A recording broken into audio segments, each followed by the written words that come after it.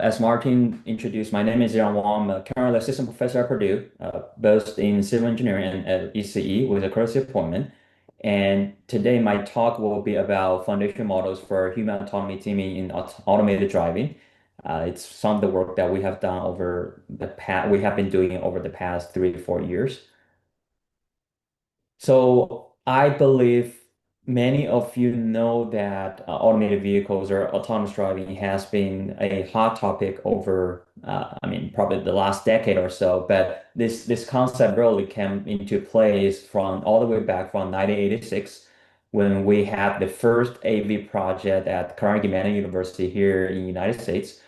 And it caught public's attention back in 2005 at the US DoD, so Department of Defense and now Department of War, DARPA challenge. So the DARPA challenge was to promote autonomous driving technology where multiple teams participate into that challenge and then navigate their vehicles to drive through the desert without any human on board. And this was Stanford, their vehicles, their Stanley car back in 2005. So that was the onset of a lot of ongoing activities that we're seeing right now. Many people, they came from those different teams and now they are key members at Waymo, at Zoox, and all those leading autonomous driving companies nowadays. And moving forward, we have different activity going on. We have NVIDIA, they provide their platform, which I will actually talk about a little bit. We work with NVIDIA using their GPU. And Autoware, they have their first open autonomous vehicle software, our vehicle is heavily based on Autoware.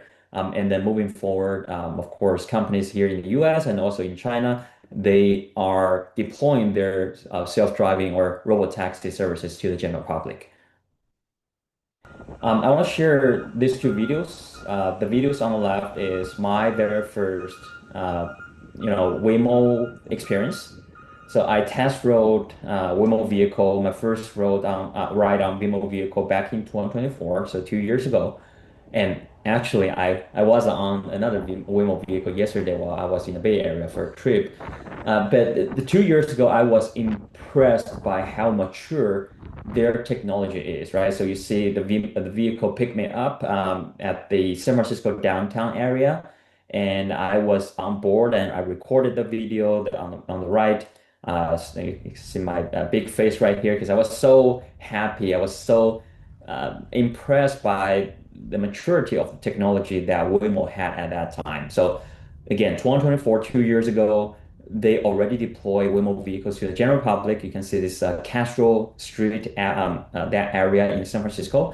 And as a researcher myself, who has been working in this field for 10 years at that time, um, the experience kept me thinking of what else can we do? Waymo companies like Waymo or Tesla or Zoox, they have done pretty much everything, and they already deploy their technology in the general public, and it's running smoothly, safely, and it feels like human driving.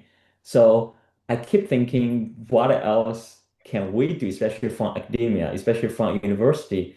We don't have enough resources, we don't have enough data, and they seem like solve every research challenges. My job will be gone, right? I don't think I can do any research about this field anymore. So that was the takeaway message from my very first ride on that day, and then not until my second ride. So this is my second ride on the same day on another Waymo vehicle. So this is my wife recording the video. So I took my first Waymo to my wife's company. I pick her up. I took another Waymo on the way back. This is our second ride, and you see what happened.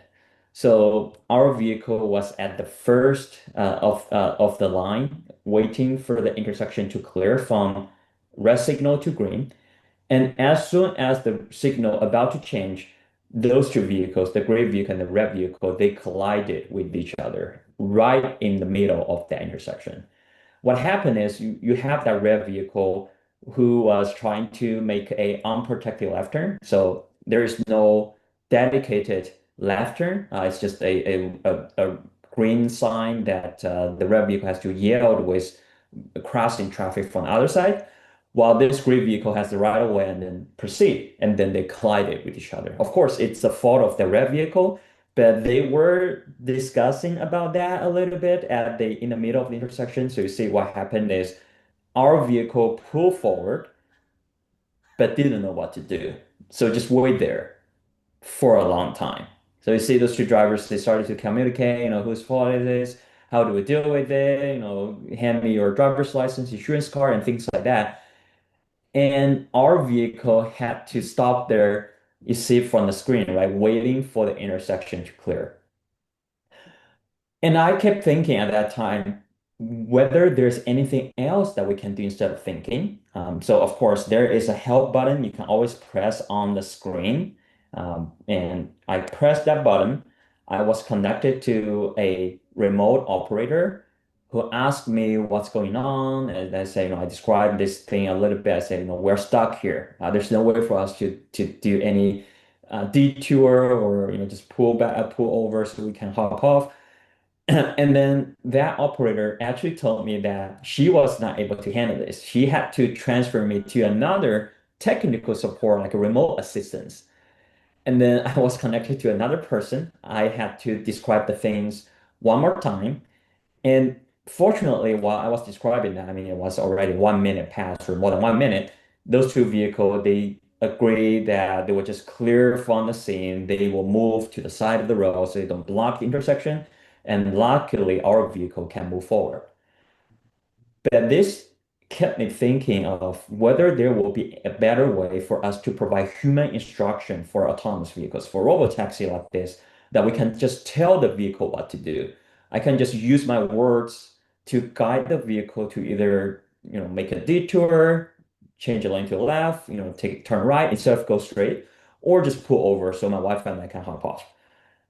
And we think, probably for commercial autonomous driving systems, the case 2 years ago for Waymo vehicle, and I checked that yesterday while I was on another Waymo vehicle, they don't have that approach for human passengers to interact with the vehicle. So I think the only solution for this kind of thing is we wait until a remote assistance to help and then drive the vehicle away, which is also a valid option. But before that, whether there will be any other way for us to interact with the vehicle. So we call this human autonomy teaming, right? So combined understanding has been a challenge for conventional vehicles, especially those vehicles that are running, whatever their in-cabin assistance systems. They have difficulty in understanding implicit or complex commands.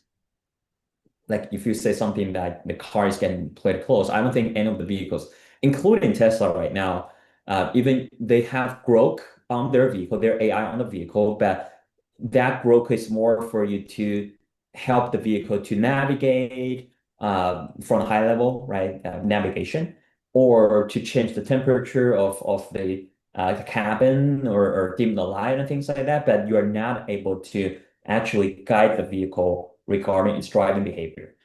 And also, they're not able to interpret deeper feelings, emotions, or moods. And the most important thing is we think diverse speaking habits among different individuals might mean that probably the same command, they have different intentions. So there's that personalization factor right there that we need to think of. Example here is that if these two passengers, we assume those are passengers on a robotaxi, they say the same words to the command understanding system on their vehicle, whatever AI that they have. One people say that the rush hour is approaching, and another people say the same thing. But this passenger might tell the vehicle his intention is, okay, vehicle, you need to be as quick as possible to avoid traffic, right? Because rush hour is approaching. While the other passenger might mean the opposite. You need to be careful as the traffic will be complex. So one is more aggressive, one is more conservative or cautious, but they are actually saying the same words. So we think existing system, they struggle to understand these kind of things, and then that actually provide us a way to think about whether there will be a better solution to understand those implicit command and then provide a more personalized service to the passengers and occupants. There might be drivers for level two, partially automated vehicles as well, right? So that's why we try to introduce foundation models into this as part of our research, because we think foundation models, they are very helpful. They are large-scale machine learning models trained on broad, diverse data sets, and they often spanning multiple modalities such as text, images, audio, and video. So we can leverage foundation models from a lot of them on the market. We don't have to train from scratch, but we can fine-tune foundation models and then satisfy our needs, right? For multimodal understanding, for reasoning, zero-shot or few-shot planning, continuous learning and personalization, and transparency and trust. So we think they really help the potential to develop a knowledge-driven system that is capable of driving like an expert, right? Allow the vehicle to drive like an expert and accumulate experience through continuous driving. So this is our concept. We leverage foundation models and nowadays also word models to build this paradigm for human autonomy teaming. So we want our autonomous vehicles or automated vehicles. It can be low level, level one, level two automated vehicles, whether you have the ADAS, advanced driver assistance systems on the vehicle, or a level four, level five robotaxi, like higher level autonomous vehicle. But those, whatever the vehicle is, they need to serve for a human, right? So we want to build this human autonomy teaming paradigm so human passengers or drivers, they can better cooperate with a autonomous systems of your vehicle, and then they can collaborate together to do a lot of things, right? So we build autonomy foundation for the vehicle. We build human foundation for the human driver and passengers with different inputs. And then the key thing is that we come up with this core teaming engine based on foundation model and then achieve a few things. It will have the interpretation of natural language human intent. It will provide adaptive personalized behavior. It will provide better scene understanding capability. And then, of course, it's transparent, trustworthy collaboration between these two parties. So for today's talk, I will give a quick overview of three of our previous studies in this field. And among many, we have actually published more than 10 or probably even more than 15 papers in this field over the past 3 years. But I will talk about the three most representative research that covers different aspects of how we use foundation models to help automated driving. The first one is called Talk to Drive. It was one of our first works where we use LLMs for decision making of autonomous vehicles. The idea is that we integrate large language models into autonomous driving technology to improve driver experience of the vehicles on the vehicles. And for those of you who know some basic knowledge about autonomous driving. So existing autonomous driving systems, they are modularized, which means they have different modules that handle different tasks, right? They have perception module, they have planning module, they have control module, and it's actually doing one thing at a time. Say the output of perception module will be the input for planning, and the output of planning will be the input for control, and so on and so forth. And of course, we'll take sensor inputs from LiDAR, camera and IMU and things like that. And then we'll send that to actuation. So the control command will be then sent to actuators for steering control, acceleration control. So this is, if you can see my cursor, this is just a old-fashioned modularized autonomous vehicle system. What we did is we add on this human autonomy teaming process here, where we have human passengers in this case to provide verbal command for the vehicle to help the vehicle to make decision making. So the human provides a verbal command. We have a speech recognition system running on the cloud to convert the human command from verbal, from audio to text, and then we send a text to LLM, and then the large language model will also combine information from the historical interaction between human and the vehicle. So we have historical data coming in. We also have driving context information. So what's the weather right now? What's the traffic rule? right? Speed limit, what's the traffic condition, whether it's congested, whether it's light traffic, and things like that. Incorporate all those, and then LLMs will then generate code that will be executed by the planner of the vehicle. So you can consider that human provide guidance to the planner to guide the planner to make better decision. But we're now replacing the planner. We're now replacing perception and control. We just allow our planner to better satisfy the needs of human beings in terms of their decision-making preferences. The way it works with this flow chart will actually introduce you how that works from a high level. So we will switch on the system by saying a word command. It's like you say, "Hey Siri, hey Alexa," and then you switch on the system, you provide your command. The system will also retrieve context information, as I mentioned earlier, and system message, which is your vehicle's speed, acceleration, and all that, and then send to large language model, and then large language model will generate program, and then be sent to vehicle ECU to actuate. And then we also have this feedback loop, the green loop, where you can switch on the system by say evaluate, and then you provide your feedback to the system. You can be something like, I don't like what you just did, or you did a very good job, or keep driving faster, or things like whatever feedback that you have that will be concatenated as historical data to be then sent to the large language model again in the next run. So we have this channel thought prompting that will have capability for sound reasoning, and also the output are actually codes that can be directly executed, and then we leverage this novel memory module for personalized autonomous driving. This is our test vehicle. We have this vehicle within our lab. We can do a lot of implementation work on the vehicle. It's a Lexus RX SUV, which has all the sensors and also have the drive-by-wire control, so we can integrate whatever control algorithms, autonomous driving algorithms that we have, and I will show what I mean. And some of our test scenario, we have the parking lot scenario from the right, which I was showing a bit.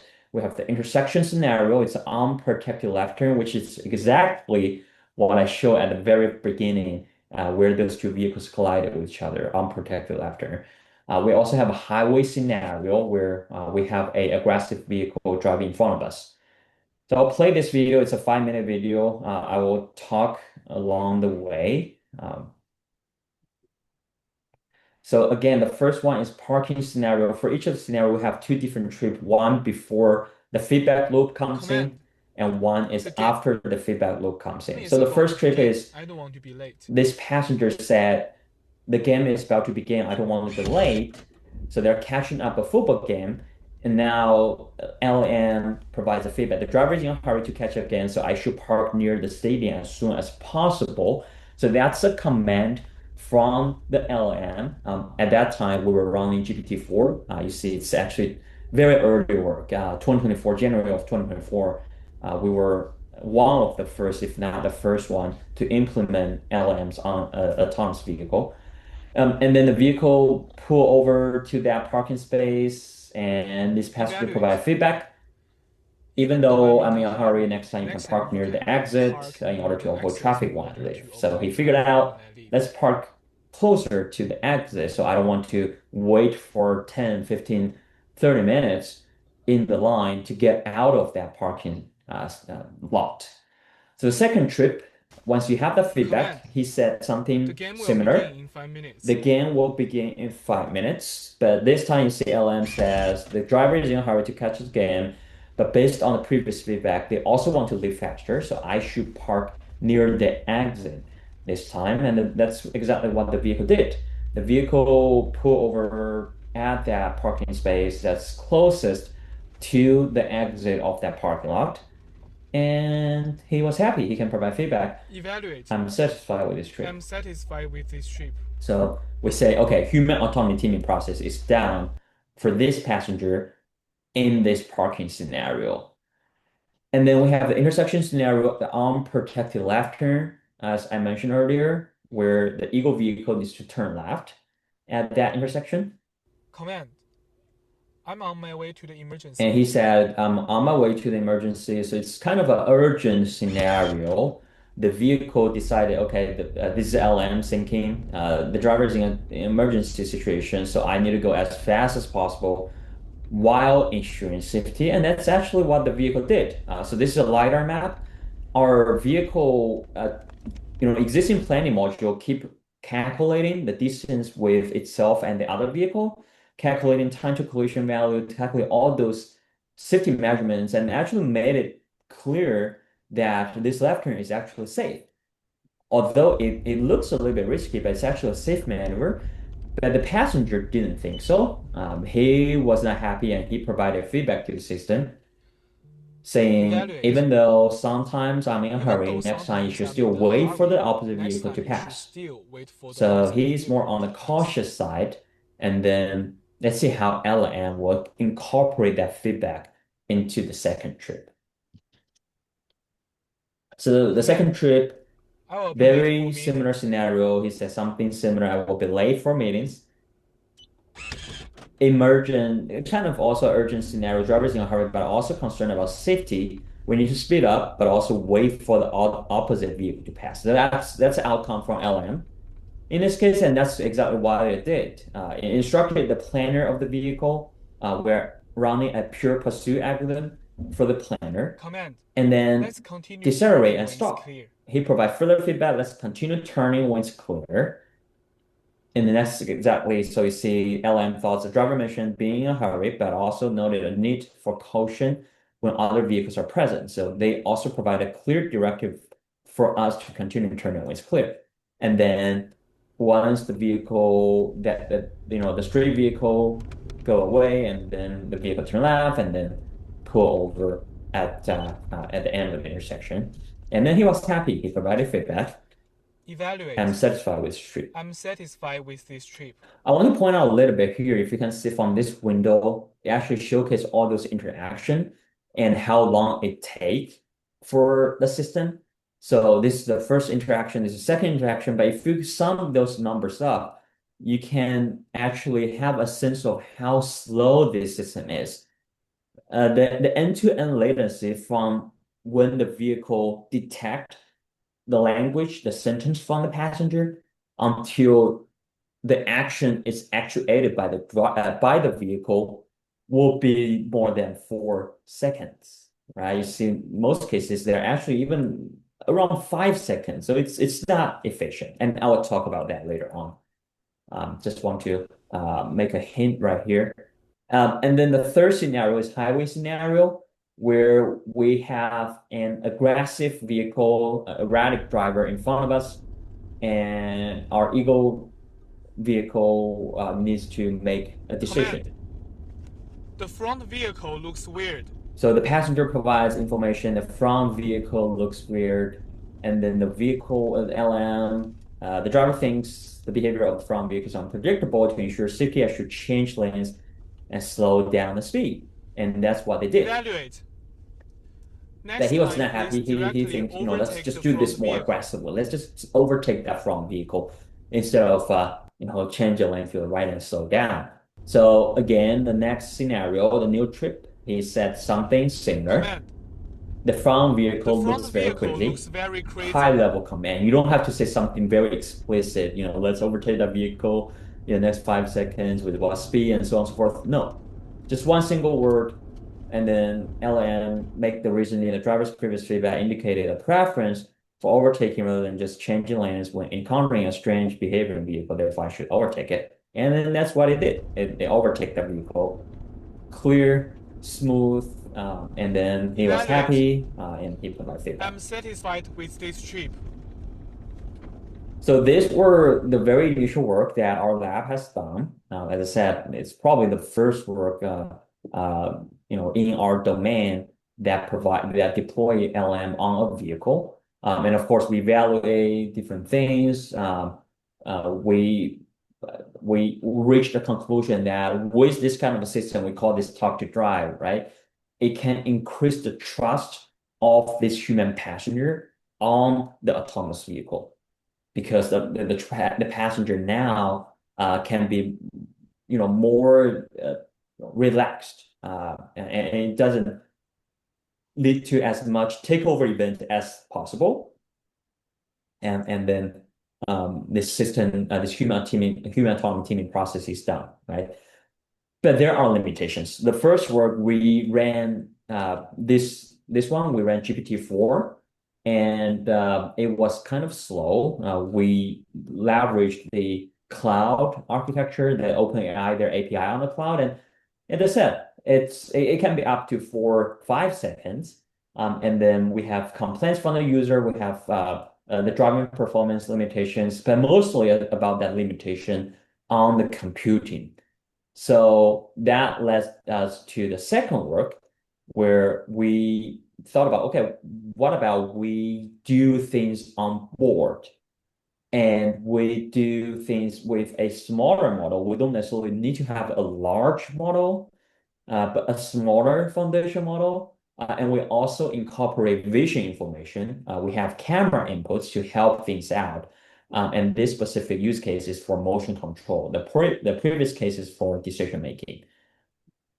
Similar diagram architecture, but now we have camera image. We have the VLM, but it's deployed on board. What we do here is for motion control. And for those of you who know control a little bit, we use two control algorithms. One is called PID control. That's for longitudinal speed control of the vehicle. And one is called model predictive control, MPC, and that's for the lateral lane control of the vehicle. What we did is we used the VLM to take the inputs from the camera, from the human instruction, and then we change the parameter of both PID and NPC. Especially for PID, it's KP, KM, KD. For NPC, there are different other like horizons and things like that of the NPC algorithms. And then we make sure that the parameters will satisfy the needs of the human passenger. Again, it's still a level 4 autonomous vehicle. There's no driver. It's just a passenger on the vehicle. So we took all those inputs. We use Q1 model back then, the 8 billion Q1 model, where we fine tune it, and the outputs for the from the VLMs are matrices of PID and MPC parameters that can be used directly by those two algorithms. And of course, we also leverage rack memory module for personalized motion control. We use LoRa fine-tuning with 4 NVIDIA GPUs, and also we collected our own data sets here in Indiana, where our Purdue University is located at. So over the summer, we actually have quite different weather, extreme weathers, rainy weather, foggy weather. We had heavy snow here every year, and we collected a lot of those data as well to better fine-tune our algorithms. The same way, I'll also play this demo video right here, where you can see what I'm talking about. So the first trip is a car following trip and overtake that vehicle. It's a baseline scenario, so there's no VLM involved, and our vehicle existing planar controller decided to do this in this manner. So you see the longitudinal velocity, you see the lateral velocity. This is how it looks like. And the second trip, now we have VLM. We have the guidance from the human as well. Come on.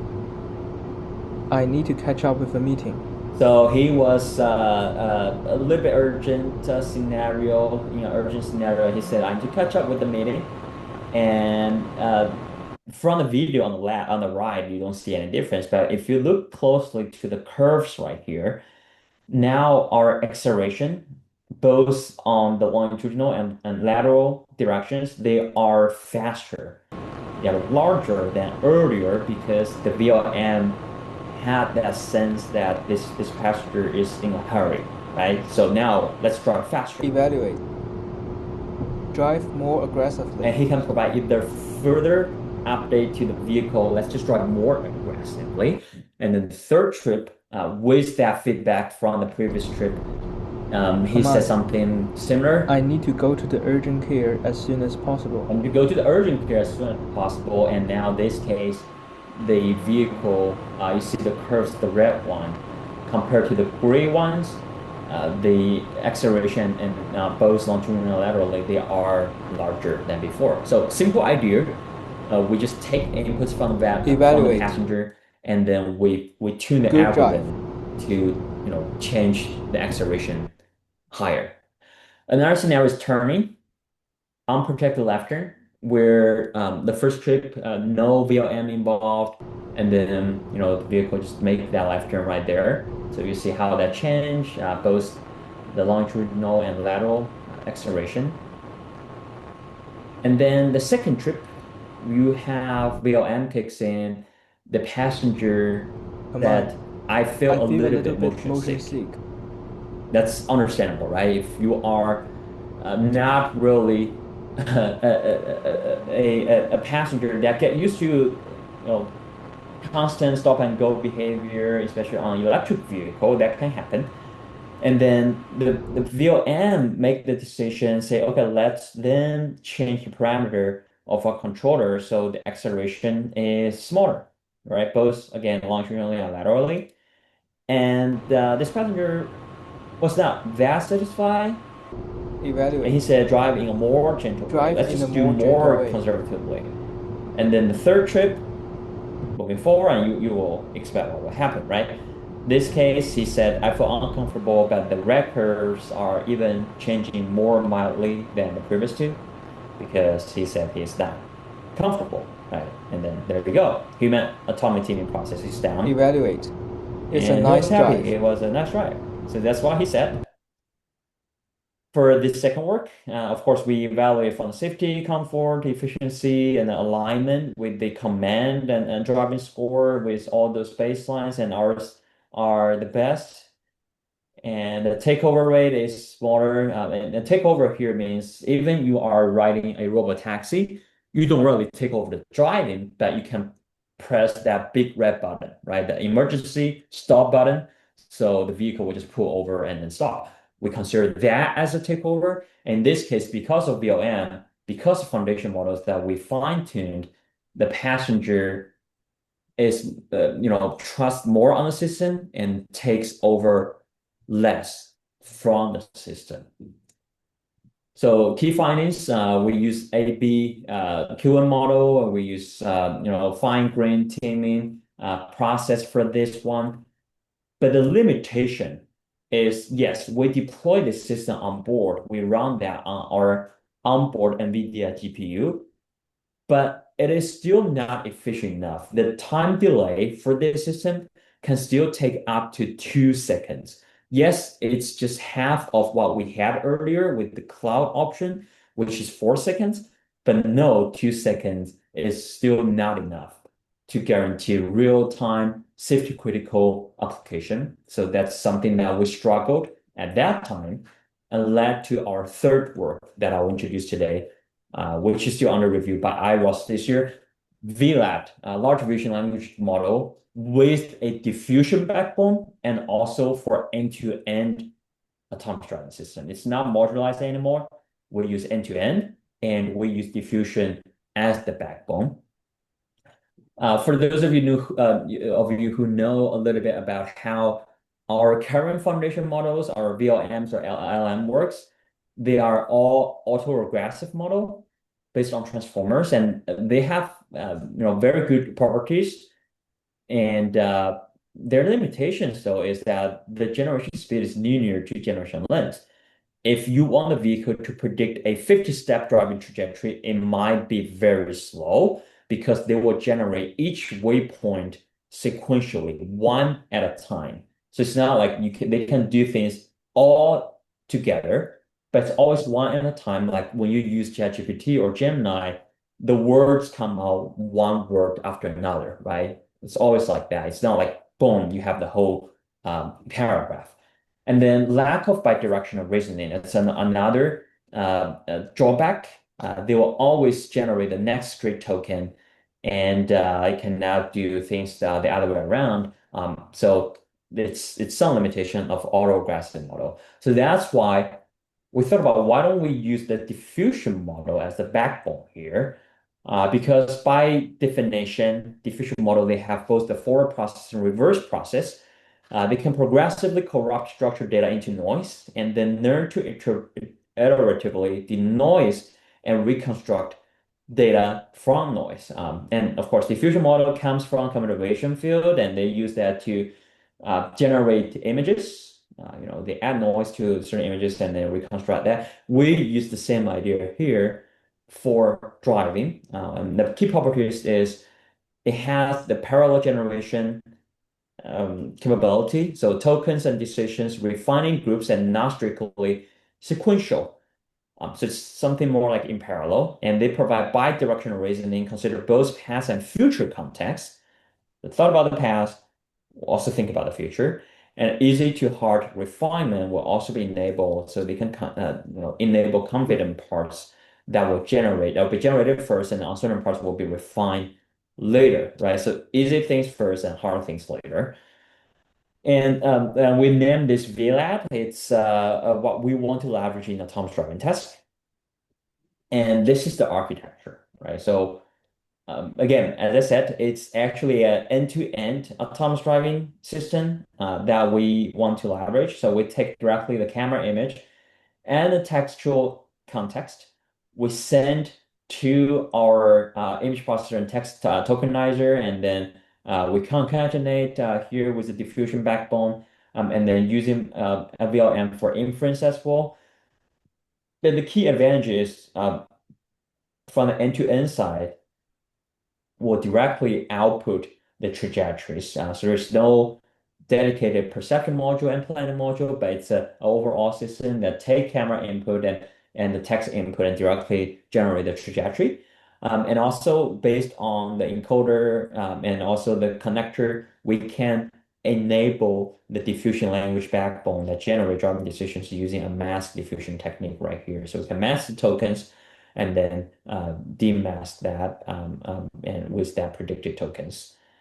So we want to both increase the performance and accuracy of the carrying VLA model so they can perform better than baseline, and we evaluate that, and that's what happened. So compared to many baselines like Lava, Llama, and Q1 model, our VLAB model with both zero shot and with the open EMMA as the learning, and also we use SFT and efficient optimized SFT, our model was able to produce a superior performance in terms of the trajectory, L2 error and the failure rate compared to the baselines, and of course the real world case study. We also evaluate the model performance and safety metrics and comfort metrics to make sure that the system works well in the real world. You see, it's actually a big a jump of the performance. And you see how it happened. That's what we do here in my lab. We always test our algorithm, not just in simulation. There's always a simulation, but also on our test vehicle in the field to make sure that they will actually the sim to real gap is not that huge. We want to have whatever can be simulated can also be deployed and replicated in the real world, in a real physical system.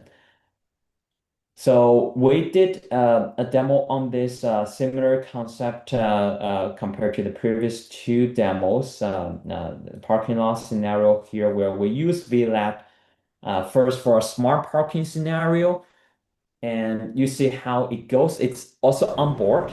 Come on, park close to stadium. The passenger says, "Command, park close to the stadium." It takes 0.2 seconds for the vehicle to generate the trajectory to a parking lot that's close Come to the on, stadium. park here. And then the beauty of this compared to the previous two studies that I showed is you can actually provide real-time command to the system. And that's what he just did, right? He said, command, park here. And then our model takes another 0.21 seconds to find the nearest parking spot. So to get a new decision under the computing constraints on our vehicle. So it's so much faster than what it used to be, because if we use the previous two system, it would take up to 2 or even 4 seconds. But here, just 0.2 seconds, so 200 milliseconds, and we're able to make a new decision based on the foundation models that we built.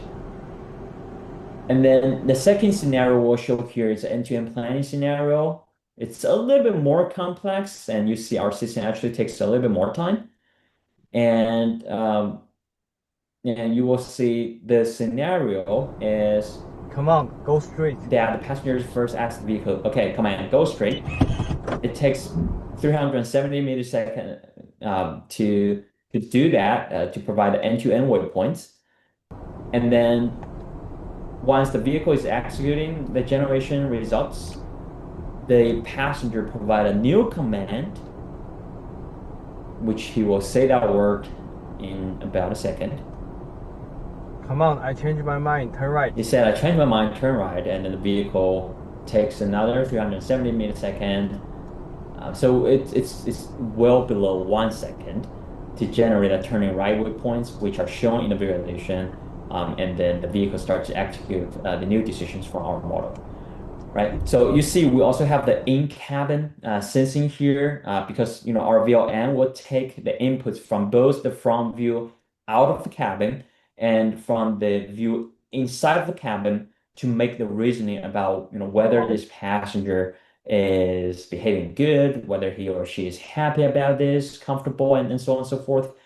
And also, we deploy everything on board of the vehicle. So here, it's so much faster than previously. It brings down the delay to 0.4 seconds at most, and it showcase our ability to build this human autonomy teaming process on the vehicle. But zero point 0.4 seconds, I don't think it's good enough for real split second, very safety critical situation. So that's still an open research challenge. And it's exactly what we are working on with some of my colleagues in Korea for this KIAT program. So hopefully we'll leverage a more powerful computing resource on the vehicle so we can deploy all those foundation model, worm models on the vehicle, that we can enable those models to be run in split second, within 10 milliseconds, 5 milliseconds. So we can really ensure that all those reasoning from the in-cabin, out-cabin view, from our text can happen within 10 milliseconds. And then we can provide that guidance to the vehicle, and the vehicle can run that with the onboard computing and then satisfy the needs of the passenger. So that's really the goal. And that's something that we're working on right now as part of our proposed work. But a conclusion of what we have accomplished so far here at Purdue ourselves, we built this autonomy teaming process for the vehicles to cooperate with the occupants on the vehicle and leverage human understanding, reasoning, and all that, and then to make sure that safety, transparency, trust, personalization, accuracy can be achieved.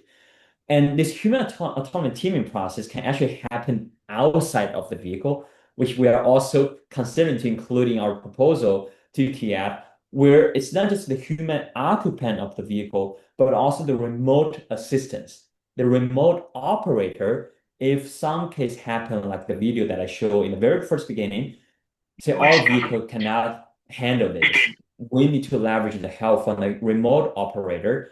How can that remote operator better team up with this autonomous vehicle and then navigate this vehicle through difficult situations, through out of distribution situations, scenarios? So this human autonomy teaming process can also happen in that way. And that's something that we are exploring right now. But with that, I want to acknowledge my students. It's the work all by my students, not the work by me. I'm just a messenger here to convey the research outcomes of my students to the audience here. And this is not my student. This is Jeff Dean from Google, chief scientist from Google, but he was writing our vehicle. He provided a very good feedback to our system. And that at that time, 2024, we were running GPT-4. So we showcased GPT-4 to Jeff Dean. And Jeff asked us, why don't you run Gemini?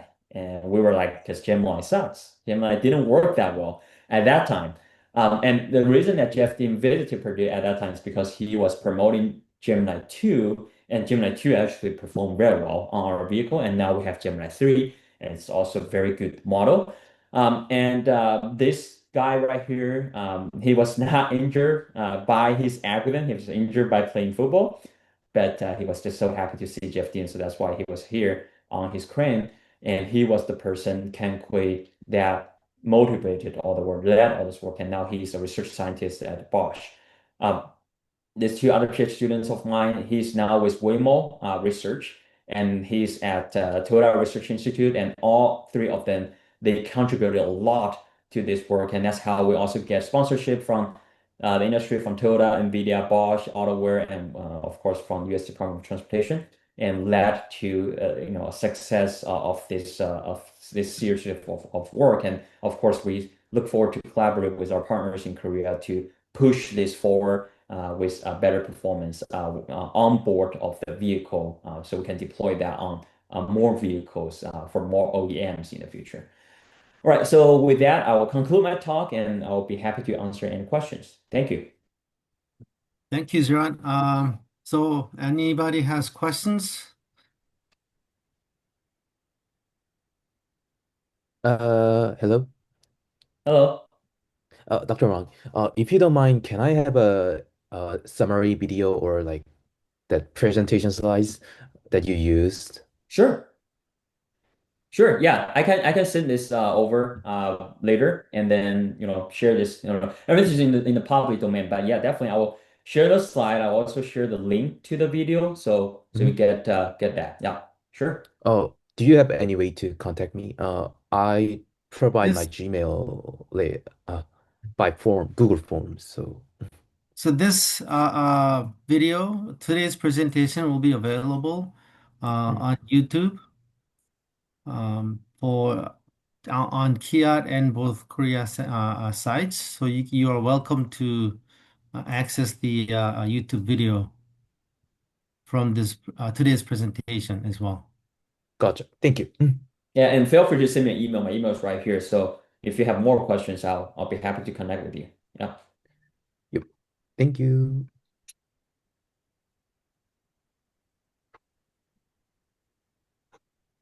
Anyone else has questions?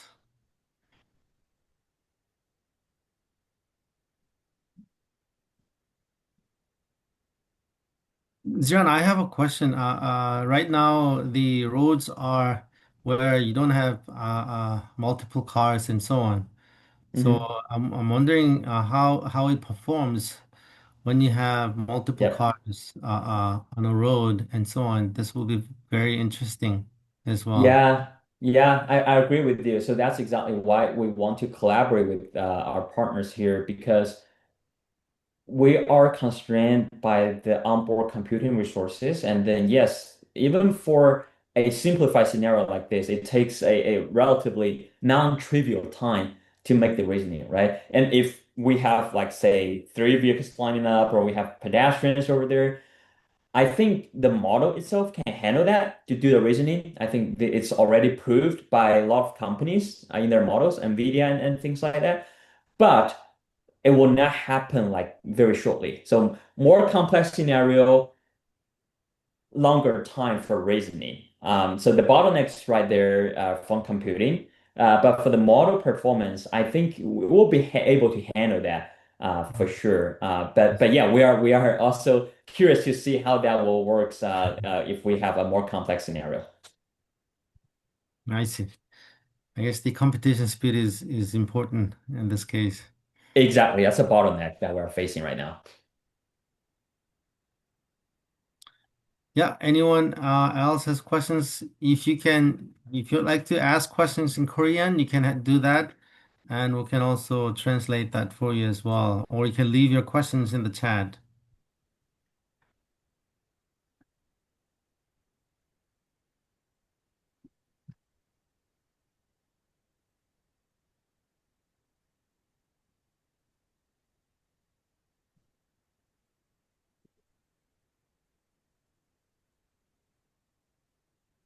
Okay, it looks like everyone is happy with the presentation today. So we're not seeing any more questions. So I'd like to take this time to thank our presenter, Dr. Wang. Let's give him a big round of applause. So thank you very much, Dr. Wang, for today's presentations. And then, as I said, it will be this is actually recorded and it will be available to on KIAT's website as well. And then it will be provided to companies. Access, access will be given to companies in Korea as well. So they may reach out to you for more questions and so on. Thank you, Martin. Thank you very much for organizing this, and thank you for the invitation.